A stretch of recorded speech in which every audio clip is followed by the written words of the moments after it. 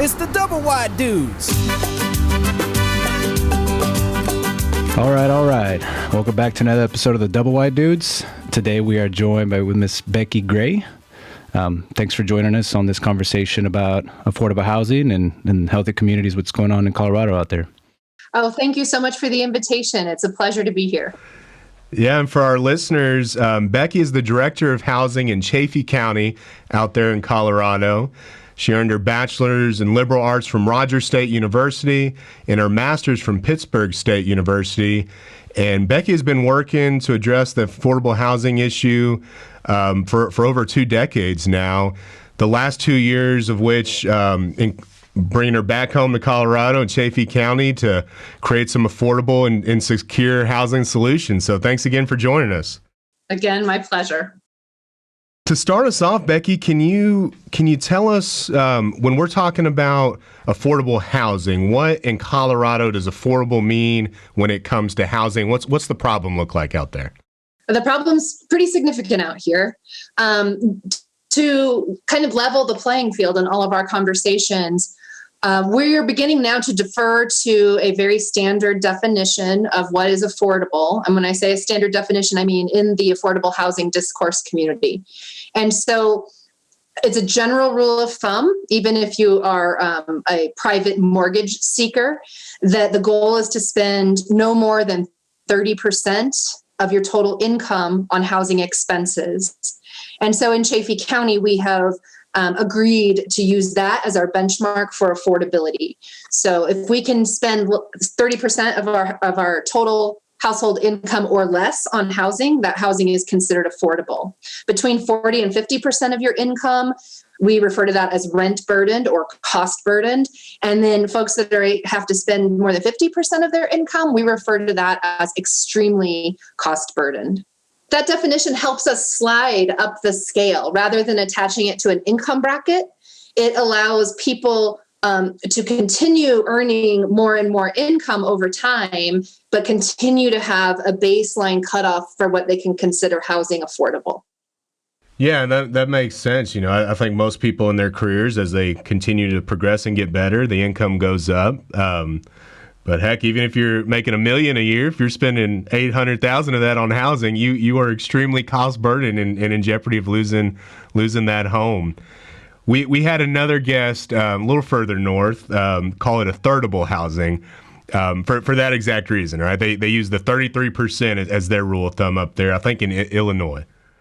Yeah, that's a good number to go off of. Normally, it's just, you think of affordable housing as just low-income people, but I think it pertains the same to any income. But the 30% margin is to, hey, this is affordable. You still got money to live your lifestyle and not get, mortgage poor, or how they refer to that.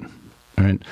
But out there in Colorado, like the affordable housing, is this about like government handouts out there, or like what would it pertain to? How is that about? That's a great question. Chaffee County has a certain perspective when it comes to government, and the less we can rely on big government to help with our housing issues, I think the more embraced that approach is going to be in our county. The fact is that it costs the same to build a house, whether you're going to rent it or sell it at an affordable rate or a for-profit rate. So if we think about it in terms of that, if we think about it in terms of a housing product, so a house, in order to reach lower rents or lower sale points, the build needs to be subsidized somehow. Or you could subsidize the purchase by offering down payment assistance, or you could subsidize a rent, right, by paying a portion of someone's rent every month. In our community, it's more palatable to subsidize a build one time, knowing that that housing unit will exist for decades to come. It's one-time investment for a long-time gain, and many households can cycle through that housing unit and benefit from that one investment. So rather than a government handout, in Chaffee, we're really looking at creative ways that we can create impact investment models. Our community is not poor by a lot of standards. So a former work environment of mine had extremely high poverty rates, pushing 30% of the population in poverty in some instances. In Chaffee County, we really don't have that. What we have is a very wealthy residential base, primarily retired individuals that came from high earning professional positions. So we have a lot of community wealth. Those residents, however, are not typically engaged in our workforce market.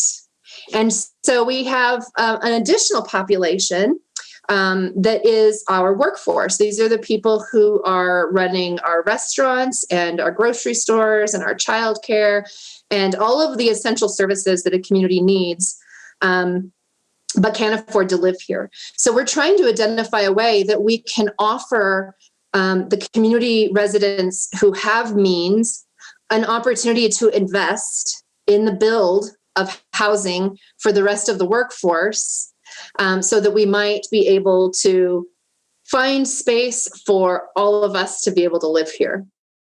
That is a very unique approach, and it makes complete sense.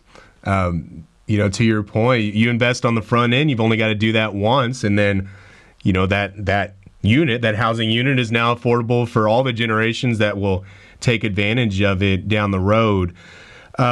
The missing middle is a term that we keep hearing as we're having these conversations, and it sounds like that's exactly what y'all are trying to address there as well. In Colorado and Chaffee County specifically, is that really who y'all are trying to build these solutions for? Yeah, so missing middle really can have two definitions. One has a financial perspective and one has a structural perspective. So talking about the structural perspective, I think it was Opticos Design that really has made this term popular in our discourse community. And what they're referring to is a housing type, a housing structure. So if you think back in our history before the suburban sprawl that occurred after the last World War, where everybody got a single family home, right? We had a variety of housing types, right? We had, duplexes and triplexes. We had mom and pop living in the back of their shop. We had larger apartment complexes that were mixed in with commercial purposes or office purposes. But then the single family home ownership model really took over in our country from, say the 40s on until recently. And so when we talk about missing middle housing type, we're talking about everything between a single family home and a multifamily complex of, 100 units or more. Gotcha. So in Chaffee County, what that means is more duplexes, more quads, more cottage communities, more auxiliary dwelling units, etc. That's really attractive in our community because we have limited land to build on. We cannot sprawl. We also have limited water. We cannot sprawl. So creating that variety of housing type will help us achieve a density that can accommodate our population without destroying the natural environment that we all really value here. When we talk about missing middle in terms of income level or affordability rate, it's important to remember that most of our state and federal programs that our government handouts, quote unquote, they're not a handout, trust me. There's a lot of work involved in getting that money. Right. But they limit the income of the residents in those housing units based on how much they earn. And it's in terms of our median income. So in Colorado, our low income tax credits serve up to 60% of our area median income. In Chaffee County, the housing costs are so high that 80 or 61% of our area median income up to even 200% of our area median income is still rent burdened, cost burdened, and housing insecure. So in the missing middle language, that would be the income brackets that we're also hoping to serve with our non-traditional funding strategies that we're evaluating. Yeah, that's super interesting. I've never heard it referred to in terms of the housing product itself. It's always been, the middle class is now becoming extremely cost burdened as well. But that's a unique perspective in terms of the product itself, and knowing where y'all are. I think y'all have the prettiest backyard in all the country from what I've seen. So it definitely makes sense to look at different ways to build to protect such a beautiful, beautiful resource. Some of that missing middle too allows for personal capital growth or personal equity growth. And what I mean to illustrate that, I'll just share this model of a fourplex unit.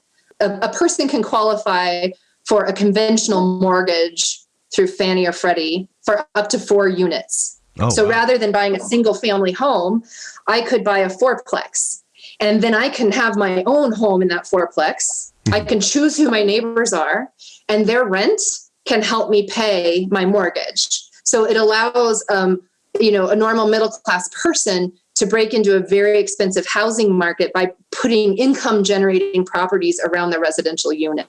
So I really think that missing middle piece in Chaffee County can allow a lot of us opportunity to build our own equity and our own real estate growth, where if we tried to do that with single family homes, it's very, very difficult.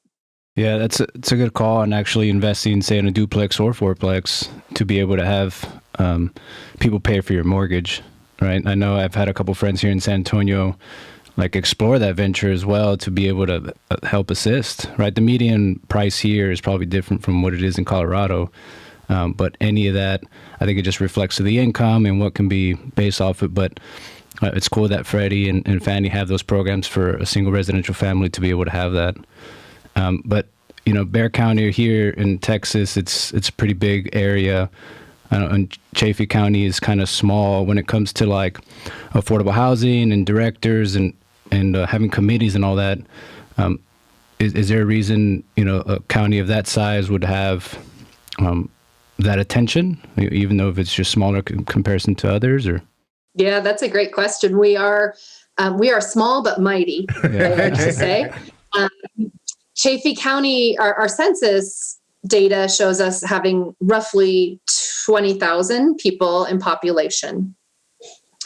We have 3 municipalities, the towns of Buena Vista, Poncha Springs, and Salida, plus Chaffee County proper. So there's 4 jurisdictions within this community.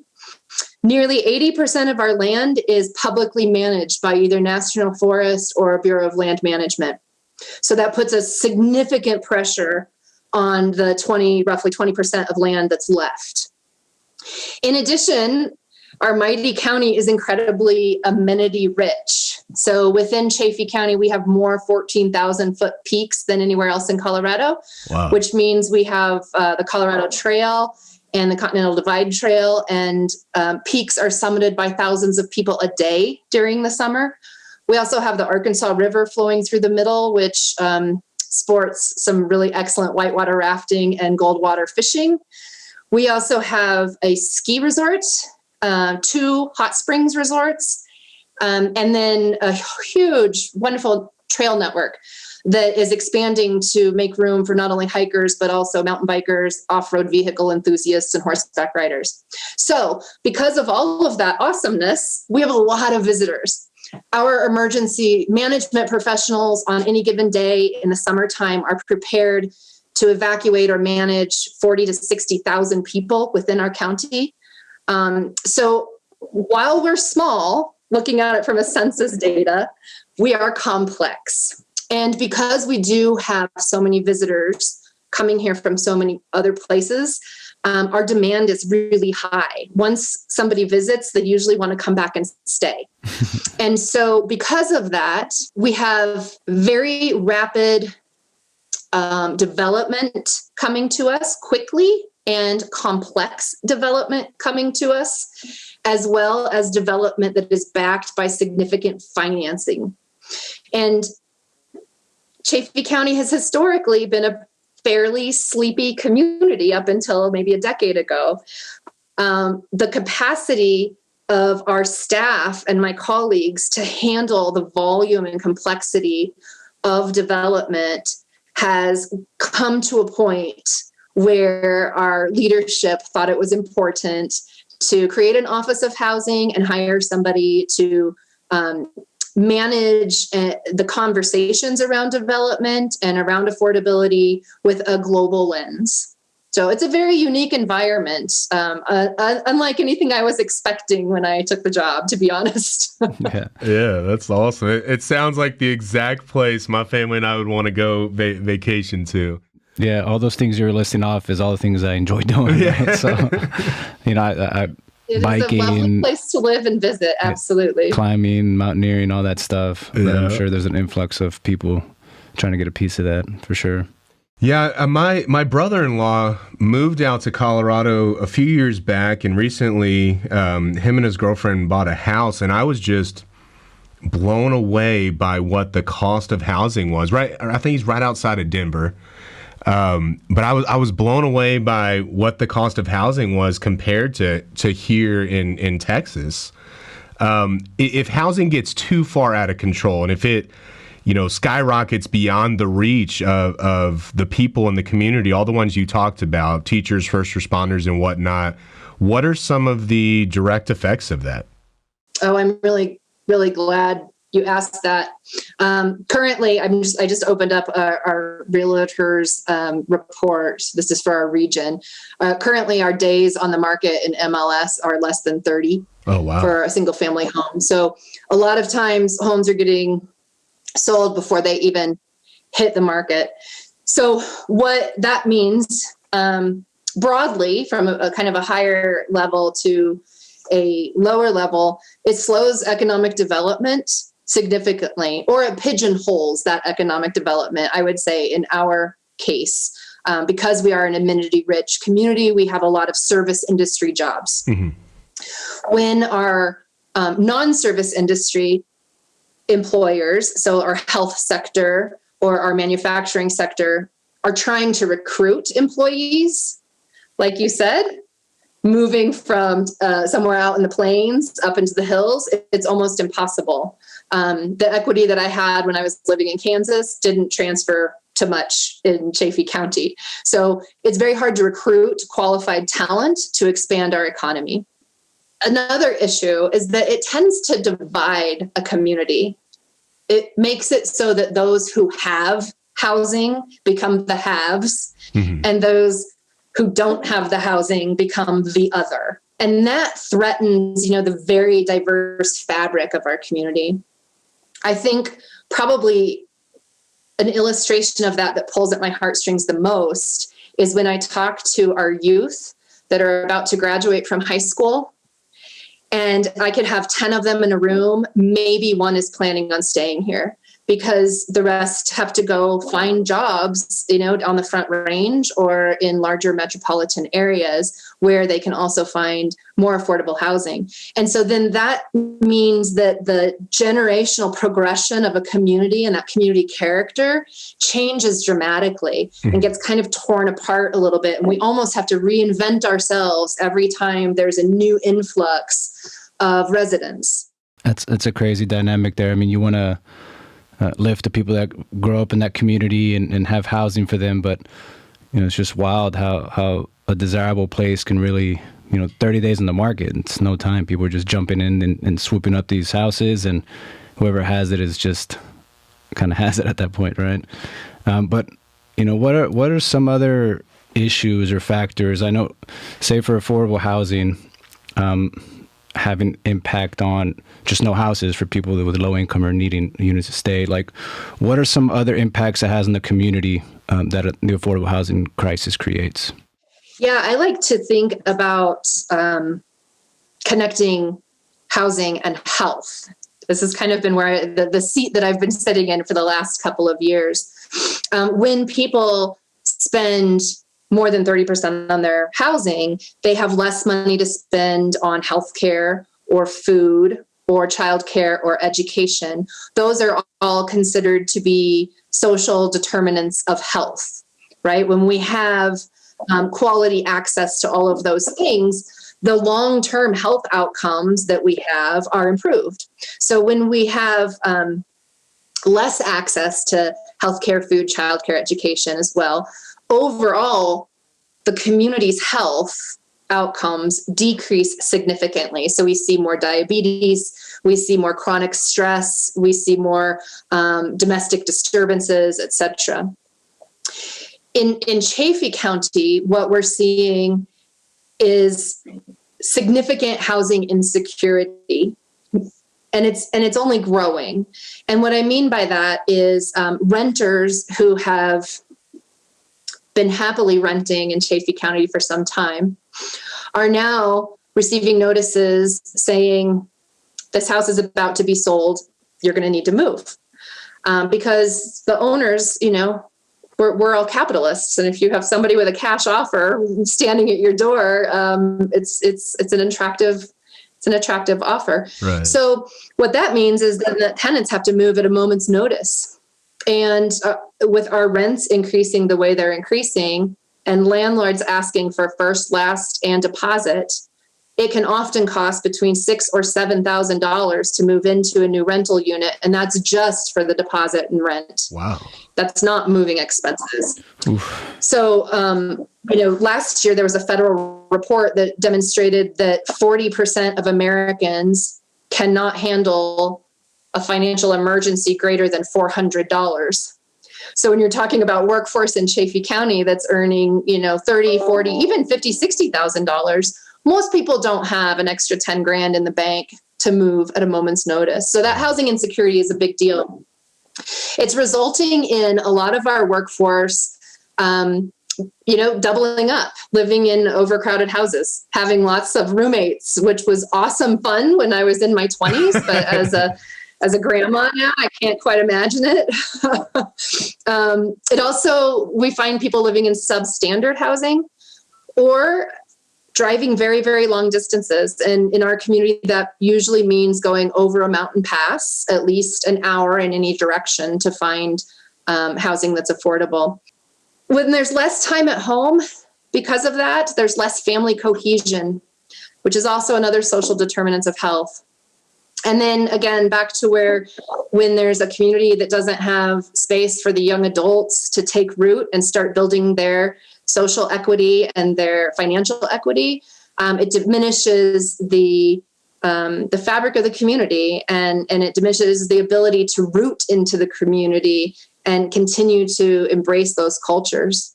You pointing all that out is very enlightening to me, honestly. It's like, it's not just the lack of affordable housing, like, hey, I don't have enough to pay for this house, the home's not there, let me just do something else. It extends to mental health, physical health, community. There's just so much behind it to where it really just does mean everything to have a stable mortgage and, be a healthy human being to what everyone kind of wants, right? Yeah. That's 100% why y'all need a director of housing, Becky. That's the answer to that question right there, right? Yeah. You touched on the up and coming generation having to leave so they can have a place to call home, and find a job. I imagine that's hard on their parents or grandparents not being able to live by their next generation. But that's also got to be impactful on the employers there as well. It almost sounds similar to the talent drain that we're seeing in California with, I feel like half the states moving to Texas just because they need a place that's affordable to live, right? How is that impacting the employers out there in Chaffee County? That's a great question. I already mentioned the difficulty in recruiting new talent from outside of our county, right? That's a significant barrier to economic growth. The other thing we're seeing is that service industry employers cannot really raise the price of a sandwich a whole lot more, right?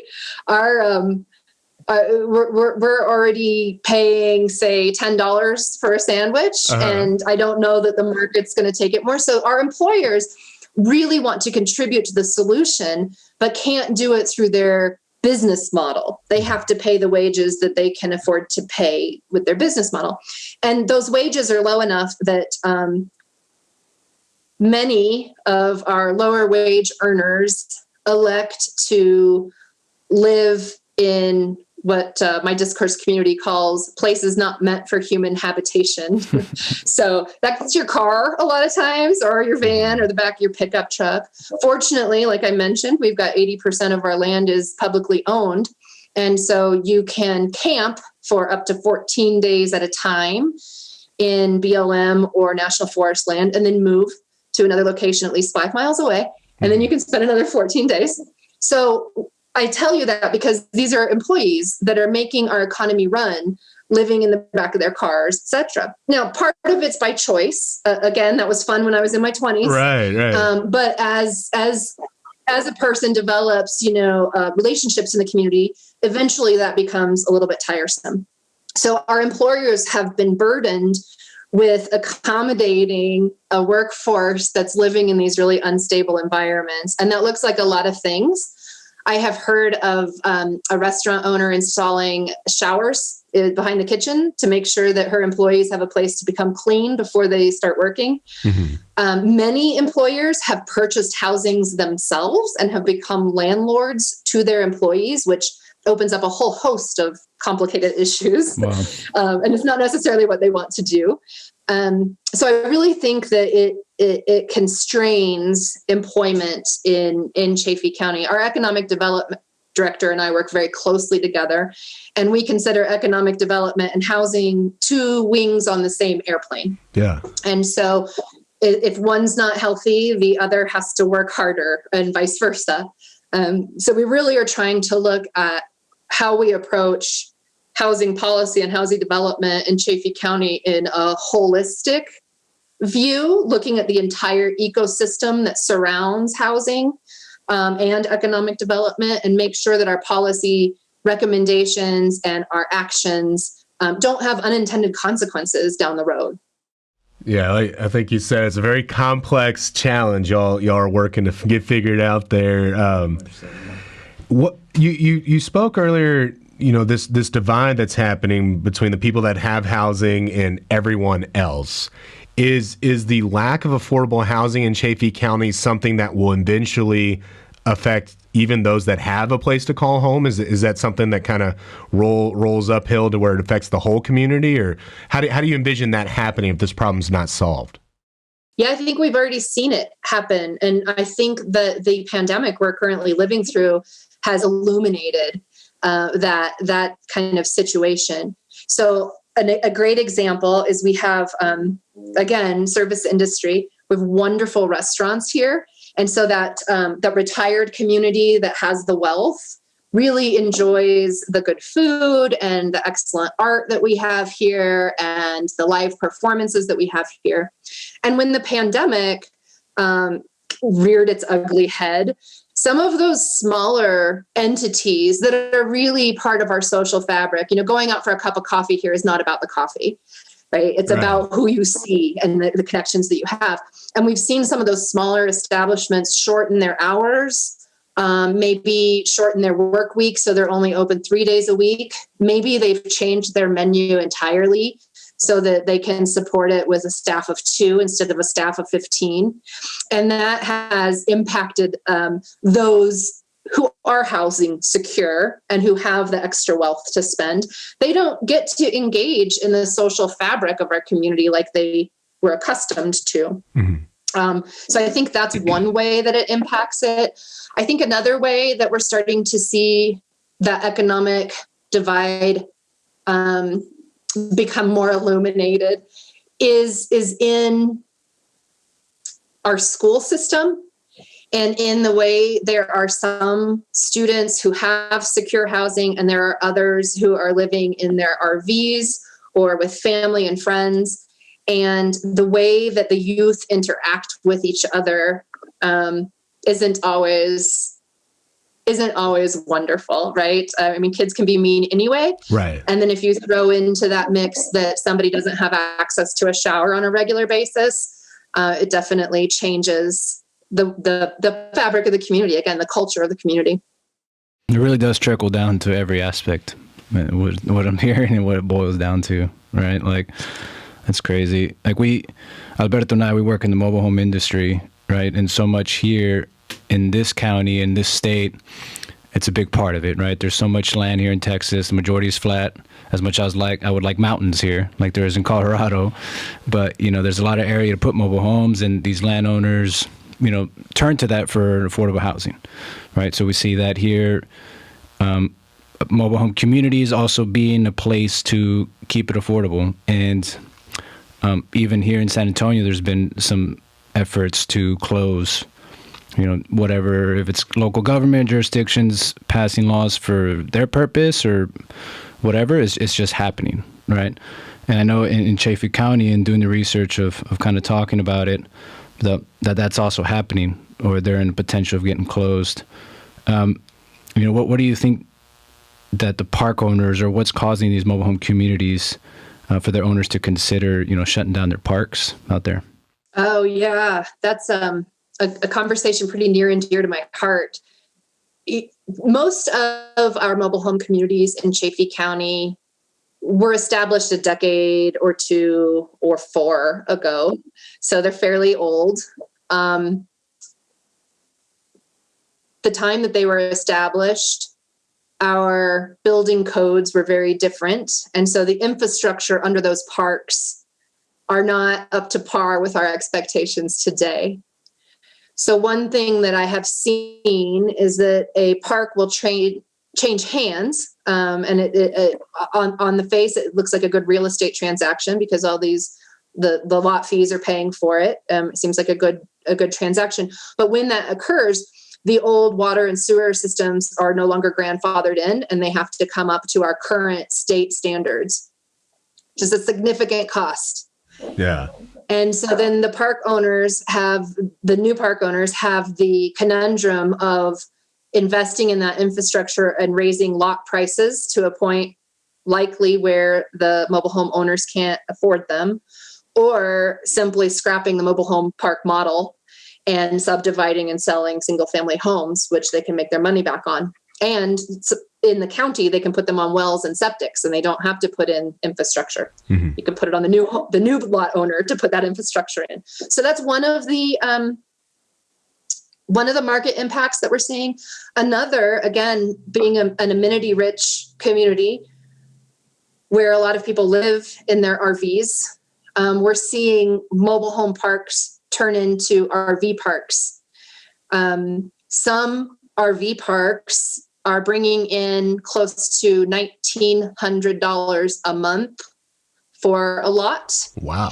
Whereas our mobile home parks, at least the ones that are affordable, are still renting for, $250 a month to $500 a month for a lot.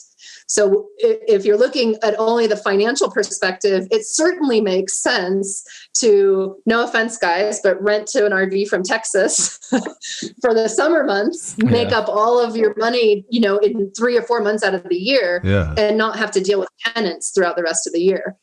So I think that's another market pressure that we're seeing.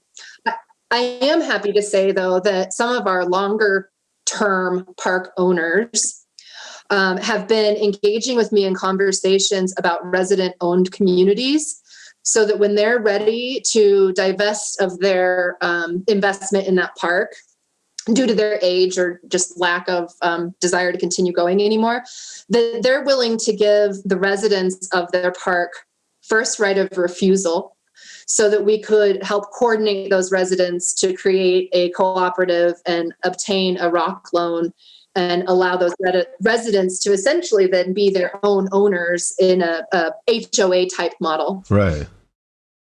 Yeah, that's part of the conundrum or problem when people call in, right? Half the battle is just having a location where to place it and getting away from renting and people wanting to invest in equity or just their household.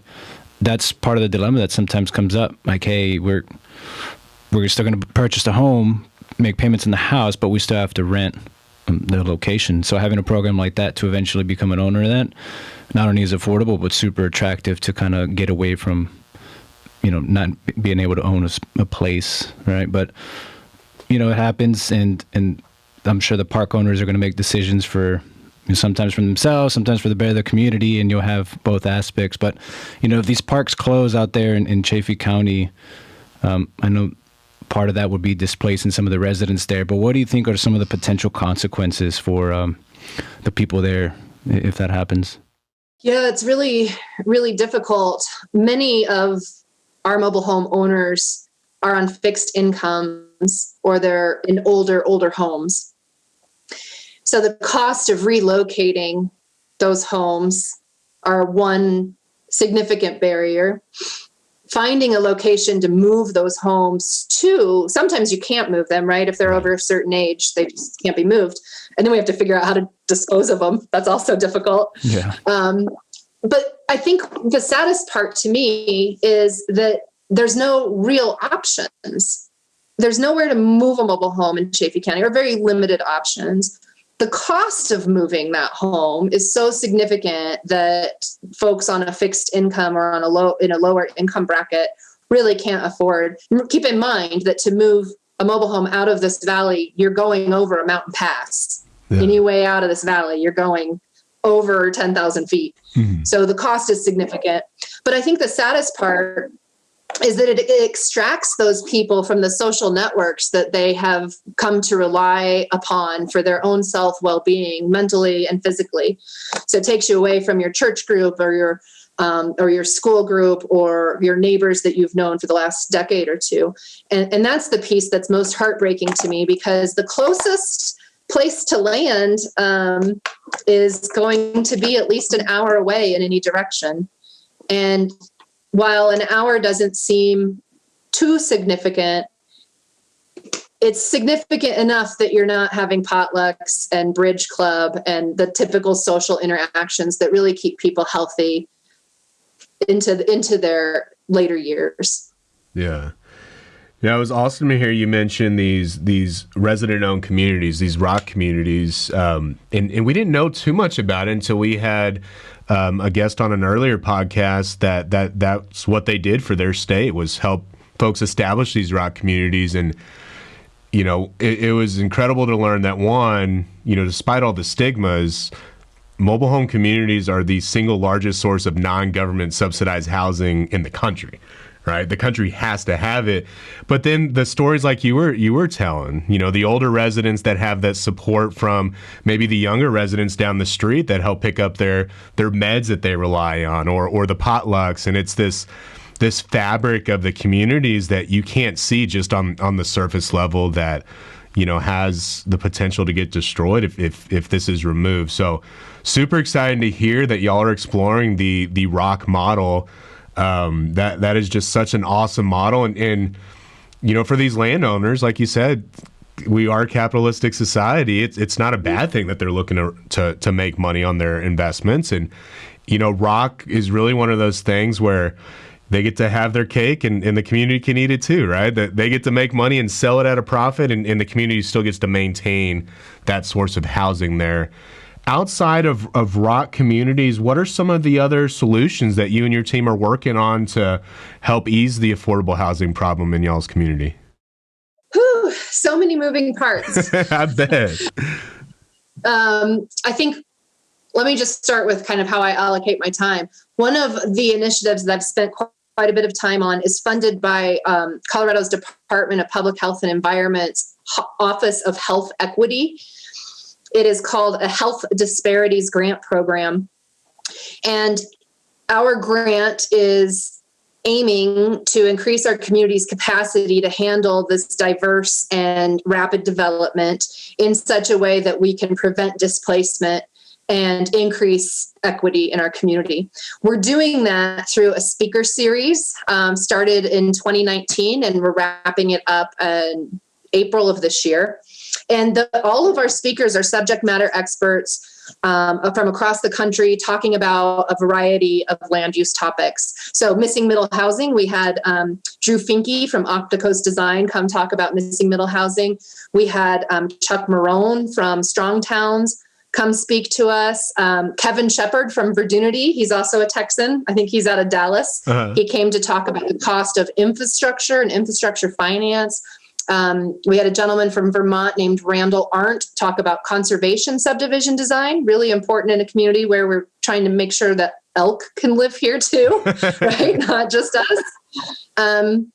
And what we've done there is a data collection of the participants who engaged in those capacity building activities. And we've demonstrated that our community does have a deeper understanding of land use strategies. So that kind of wove right in with our county's comprehensive plan update that just completed. And now we're going to move into our land use code update. So those educational series will continue to feed the land use code conversation. The idea being that I had a developer explain this to me, oversimplified when I was first starting. The 4 L's of development, there's land, logs, labor, and law. And we can't change the land, and we can't change the costs of lumber. We can't really change the cost of labor, but we're totally in control of our laws. So by addressing our land use, we can make more room for missing middle. We can make more room for equitable development rather than our $500,000, I shouldn't even say that. There are now $1.5 million McMansions all over, et cetera. We've also created a multi-jurisdictional housing authority. So all of the 4 jurisdictions I mentioned signed one intergovernmental agreement and are putting funding into the housing authority. And that housing authority is going to then be the driver of housing policy and the manager of affordable housing initiatives. We are looking at inclusionary housing ordinances. The city of Salida has already adopted one, and that essentially says anyone annexing into the city of Salida has to have 12.5% of the total units created permanently affordable. So that has resulted in a significant number, actually, of new affordable housing coming on our market here. It's easy when it's a low-income tax credit development because those tax credit developers have to make sure they're permanently affordable. But when it's a private market developer, so say I'm making 15 housing units and 3 of them have to be affordable. The affordable monitoring falls back on the housing authority, and that's done through deed restrictions. So we're putting restrictions on the deed to make sure that the owners or renters of those housing units meet community qualifications. And those are yet to be determined.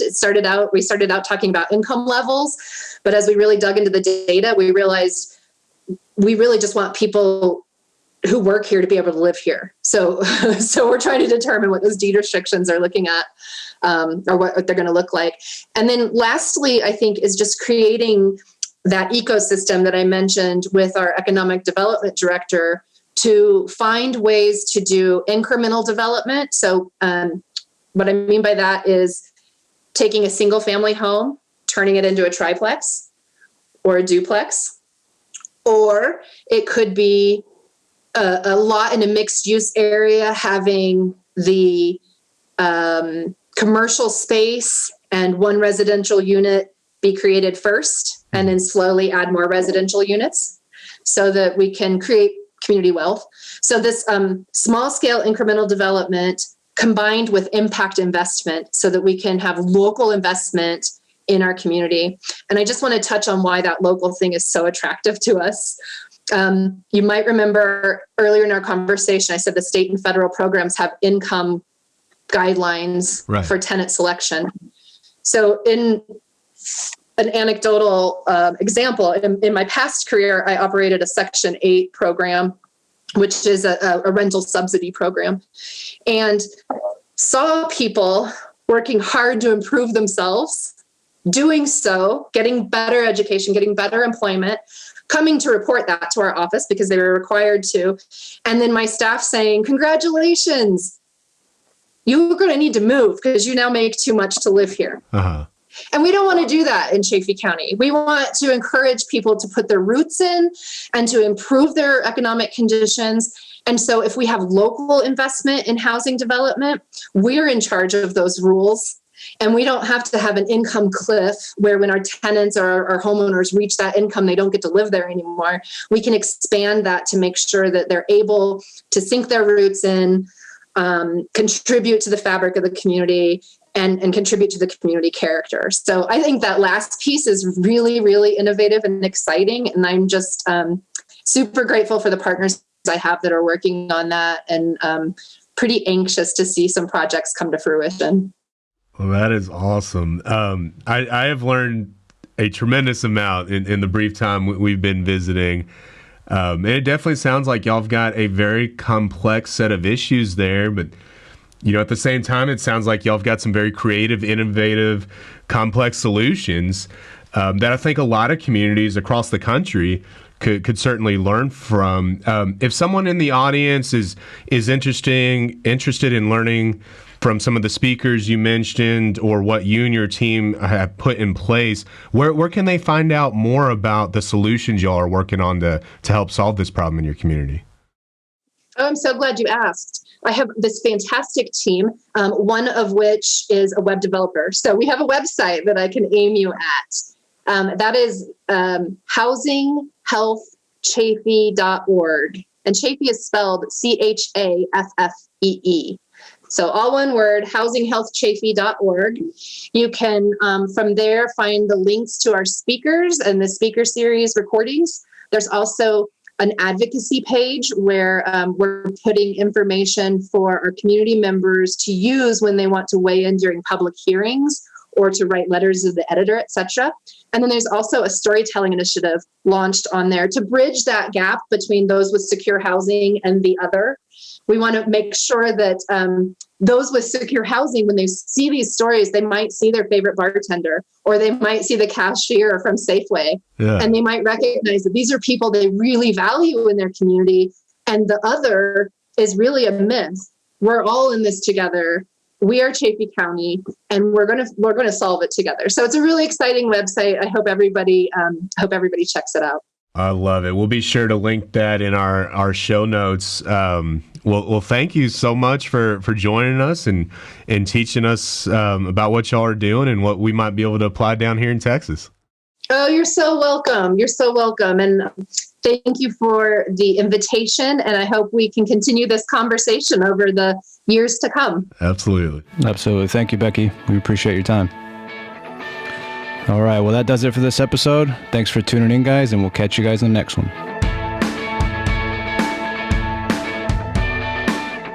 Safest, easiest, lowest priced. Find a better way home with Broston, the nation's first virtual home dealership. Call us or visit us online at findmymobilehome.com.